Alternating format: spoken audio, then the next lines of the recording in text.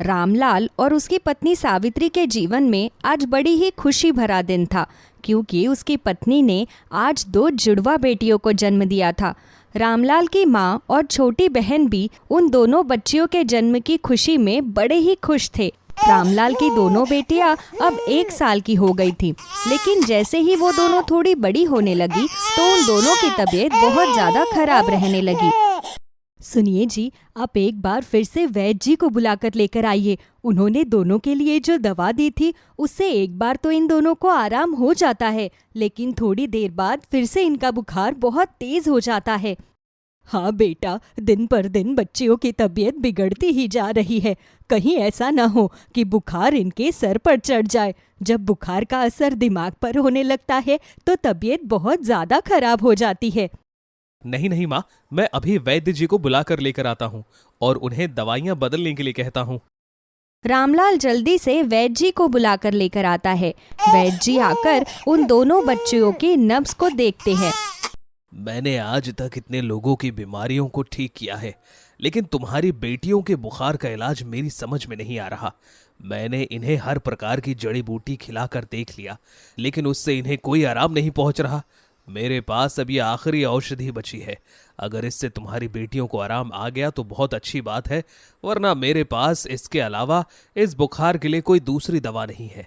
तुम भगवान से प्रार्थना करो कि तुम्हारी बच्चियां बिल्कुल ठीक हो जाएं।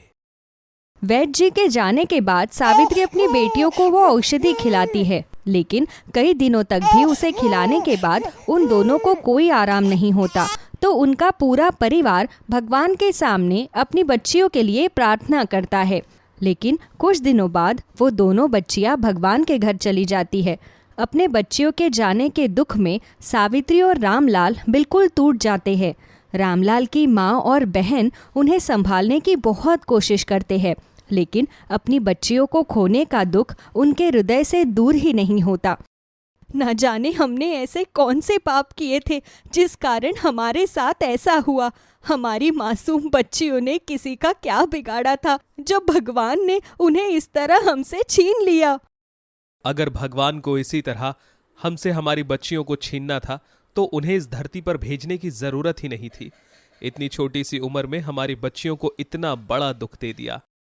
मैं समझ रही हूँ इस समय तुम दोनों पर क्या बीत रही है, लेकिन बेटा, नियति के लेख को कोई नहीं बदल सकता।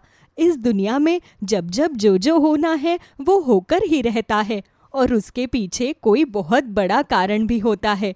मैं ये तो नहीं जानती कि ये जो हुआ इसका क्या कारण है, लेकिन तुम भगवान के दर पर जाकर अपनी बेटियों के लिए प्रार्थना करो कि उन्हें आगे कोई कष्ट न हो और तुम दोनों की गोद एक बालक के जन्म से फिर से हरी हो जाए, और इस बार उस बालक के साथ ऐसा कुछ भी ना हो। हाँ भैया, माँ बिल्कुल ठीक कह रही है। आप भाभी के साथ भोलेनाथ के मंदिर जाइए। दोनों पति पत्नी अपने दुखी मन को लेकर भगवान भोलेनाथ के मंदिर जाते हैं।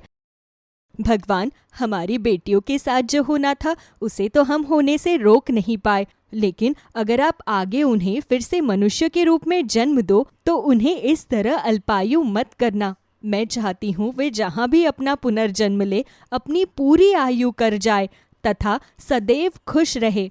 मैं चाहती हूँ कि वो दोनों फिर से मेरे ही गर्भ से जन्म ले तथा मेरे ही यहाँ बड़ी हो। मैं फिर से उनकी माँ बनना चाहती हूँ। सावित्री के इतना कहते ही भगवान भोलेनाथ पर चढ़े फूलों में से एक फूल गिरता है। भगवान भोलेनाथ ने मुझे अपने आशीर्वाद स्वरूप ये पुष्प दिया है।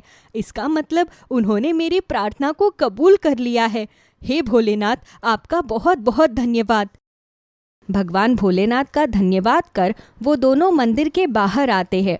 तभी उनके पास 2 छोटे छोटे बछड़े चलते हुए आते हैं और उन दोनों को स्नेह करने लगते हैं। ये दोनों बछड़े तो बहुत ही प्यारे हैं, लेकिन इन दोनों की माँ कहाँ है? लगता है ये दोनों अपनी माँ से बिछड़ गए हैं। सावित्री ऐसा कहती ही है, तभी वहाँ पर बैठी एक बूढ़ी औरत सावित्री से कहती है, बेटा, मुझे तो ये बछड़े कोई साधारण बछड़े नजर नहीं आते, क्योंकि ये बछड़े यहाँ पर अचानक आ गए हैं। तुम्हारे आने से पहले तक तो ये बछड़े बहुत उदास थे, लेकिन तुम्हें देखते ही इतने खुश हो गए। लगता है इनका तुमसे जरूर कोई नाता है। यदि तुम इन्हें अपने साथ ले जाओगी तो इनका मन लगा रहेगा। मेरी मानो तो इन्हें अपने साथ ले जाओ। आप ठीक कह रही हो माँ जी। इन बछड़ों को देखकर मेरे मन में भी एक अलग ही ममता जाग रही है। सुनिए जी, क्या हम इन बछड़ों को अपने साथ घर लेकर जा सकते हैं? हाँ हाँ, क्यों नहीं सावित्री। वैसे भी बछड़ा हो या गाय, उनकी सेवा करना तो बड़ा ही सौभाग्य का काम है। लगता है ये बछड़े हमारे पास आए हैं, ये भी महादेव की ही कृपा है। हम इन्हें अपने साथ लेकर चलते हैं। वो उन दोनों बछड़ों को अपने साथ अपने घर लेकर चले जाते हैं। वो अपने आंगन में दोनों बछड़ों के रहने के लिए एक स्थान भी बना देते हैं। अब हर रोज सावित्री सबसे पहले दोनों बछड़ों को खाना खिलाती, उसके बाद वो खुद खाना खाती। एक दिन सावित्री उनके पास बैठकर उन्हें अपने हाथ से रोटी खिला रही थी। तभी अचानक उन्हें खाना खिलाते खिलाते सावित्री बड़ी ही भावुक हो गई। तुम दोनों को अपनी माँ की बहुत याद आती होगी ना? तुम दोनों कहाँ पर रहती थी और तुम्हारी माँ कौन थी? तुम कैसे उनसे बिछड़ गई? अगर मैं ये सब जान पाती तो ज़रूर तुम्हारी माँ को भी तुम्हारे पास ले आती, क्योंकि जब बच्चों को उसकी माँ से अलग कर दिया जाता है तो वो दुख बहुत बड़ा होता है। उस दुख को कोई नहीं भर सकता। तुम दोनों की तरह ही मेरी भी दो प्यारी प्यारी बेटियाँ थी। मुझे उन दोनों की बहुत याद आती है। काश वो दोनों फिर से मेरे पास आ सकती। सावित्री की बात सुनकर उन दोनों बछड़ों की आंखों में भी आंसू आ जाते हैं। तभी सावित्री उन दोनों को रोते हुए देखकर चुप हो जाती है। अरे मेरी वजह से तुम भी रोने लग गए? तुम दोनों चुप हो जाओ। तुम दोनों रो रहे हो तो मुझे बिल्कुल भी अच्छा नहीं लग रहा। सावित्री अपने हाथों से उन दोनों के आंसू पोंछती है तो वो दोनों भी सावित्री को अपनी गर्दन से बड़े ही प्यार से सहलाते हैं। उन दोनों को लाड़ दुलार करके सावित्री वहाँ से चली जाती है। रात का खाना खाकर सभी लोग सो जाते हैं। तभी सावित्री को सपने में नंदी महाराज दिखाई देते हैं तो सावित्री उन्हें देखकर उन्हें प्रणाम करती है। सावित्री, ये कोई आम सपना नहीं है। तुम अपनी दोनों बच्चियों के दुख में बड़ी दुखी हो रही हो, लेकिन इसका कारण तुम्हारे ही कर्म है। लेकिन नंदी महाराज, मैंने तो आज तक जानबूझकर कभी भी किसी को कोई नुकसान नहीं पहुंचाया, ना ही कभी किसी के बारे में कुछ बुरा कहा। तो फिर मुझे मेरे किन कर्मों की सजा मिल रही है? ये जरूरी नहीं सावित्री कि जो कर्म तुम इस जन्म में करो उन कर्मों की सजा तुम्हें इसी जन्म में मिल जाए। कर्म का चक्र तो हमेशा घूमता रहता है। आज नहीं तो कल, इस जन्म में नहीं तो तुम्हारे अगले जन्म में तुम्हारे कर्म घूम कर तुम्हारे सामने आ ही जाते हैं। तुम्हारे साथ जो कुछ हुआ उसका नाता तुम्हारे इस जन्म से नहीं बल्कि तुम्हारे पिछले जन्म से है। पिछले जन्म में तुमने जानबूझकर नहीं लेकिन भूलवश एक नागिन के 2 बच्चों की हत्या कर दी थी, जिस वजह से वो नागिन तुम पर बड़ी क्रोधित हुई। उसी क्रोध और अपने बच्चों को खोने के दुख में उसने तुम्हें यह श्राप दिया कि तुम्हारे भी किसी न किसी जीवन में तुम्हारे साथ ऐसा ही हो। जब तुम्हारे बच्चों को तुमसे छीन लिया जाएगा तुम्हें भी मेरी तरह वो पीड़ा झेलनी पड़ेगी। इसीलिए तुम्हारे साथ इस जन्म में ये सब हुआ। किंतु नंदी महाराज, जैसे कि आपने कहा कि वो सब मुझसे अनजाने में हो गया था और अनजाने में ही गलती की एक क्षमा तो होती है ना? क्या ऐसा कोई मार्ग नहीं जिससे मुझे मेरी बेटियां फिर से मिल जाए?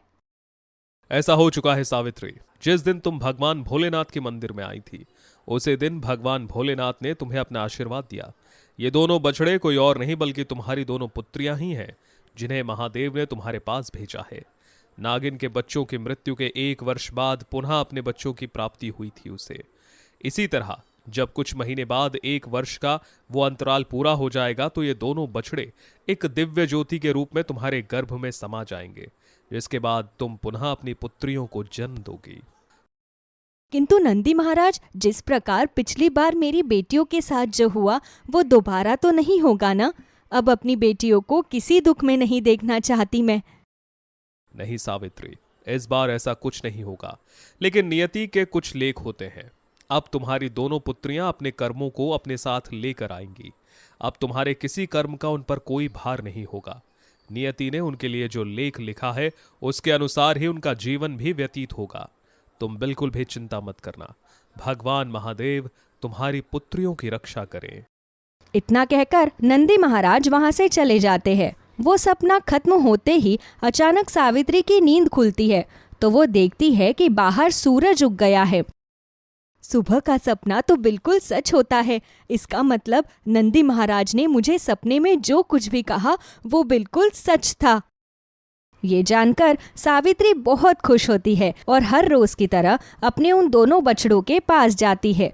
वो दोनों को खाना खिलाकर उन्हें बहुत लाड करती है। 1 वर्ष के अंतराल में अब जितना भी समय बचा है वो बस जल्दी से पूरा हो जाए तो मैं तुम दोनों को अपनी पुत्रियों के रूप में जन्म दूंगी। अब मुझे समझ आया कि मुझे तुम दोनों से इतना लगाव क्यों महसूस हो रहा था और तुम दोनों खुद चलकर मेरे पास क्यों आए थे। सावित्री के इतना कहते ही वो दोनों उसे सहलाने लगते हैं। कुछ महीने बाद 1 वर्ष का वो समय अंतराल भी पूरा हो जाता है, जिसके बाद वो दोनों बछड़े एक ज्योति के रूप में बदलकर सावित्री के गर्भ में समा जाते हैं। 9 महीने बाद सावित्री फिर से 2 स्वस्थ बेटियों को जन्म देती है, जो दिखने में बिल्कुल उसकी बेटियों जैसी ही थी। उनके घर में आने से सभी के चेहरों पर फिर से मुस्कान आ जाती है और भगवान महादेव के आशीर्वाद से सावित्री और उसका परिवार अब अपनी दोनों बच्चियों के साथ खुशी खुशी अपना जीवन बिताते हैं।